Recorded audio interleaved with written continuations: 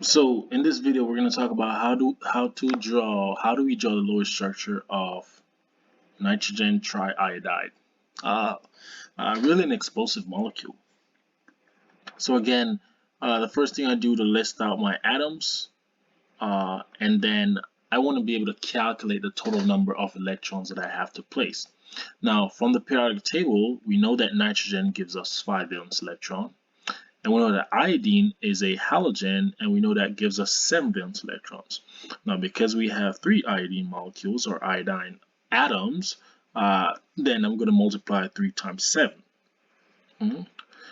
Again, always and always, if you watch my videos, you notice the first thing I do is calculate my atoms, the number of electrons that I have to place, because that will give me an indication that, okay, I am in the correct place. The structure is actually correct, right?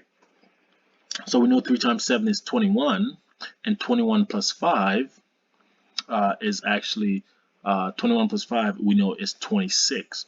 So we have a total of 26 electrons total that we have to place.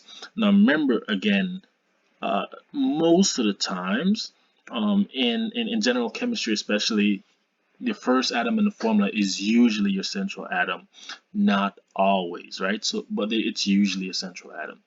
So it's plausible to think that around this nitrogen we actually have 3 iodine atoms around the nitrogen. Well, like with all things, I always like to start with single bond because that's the least, and we can't really go wrong with start off by forming single bonds. Now remember that each single bond consists of 2 valence electrons, and so at this point we have 2, 4, 6 electrons total that we have to place. That we just placed. I'm sorry about that. Now remember that iodine is one of those atoms that must satisfy the octet rule. It's also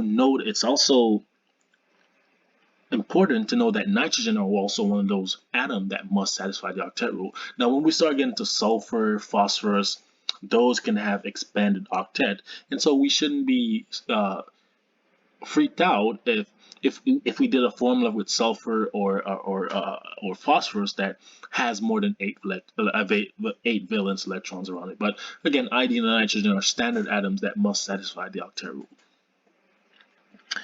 So therefore, around each of my iodine, I have only 2 electrons. So I could actually start forming lone pairs and try to fulfill its octet.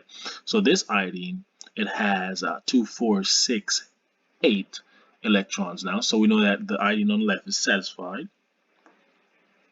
How about the iodine at the bottom?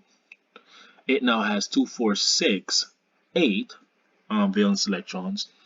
And this iodine on the right, we could actually assume to do the same thing. So let's count how many valence electrons we've used thus far.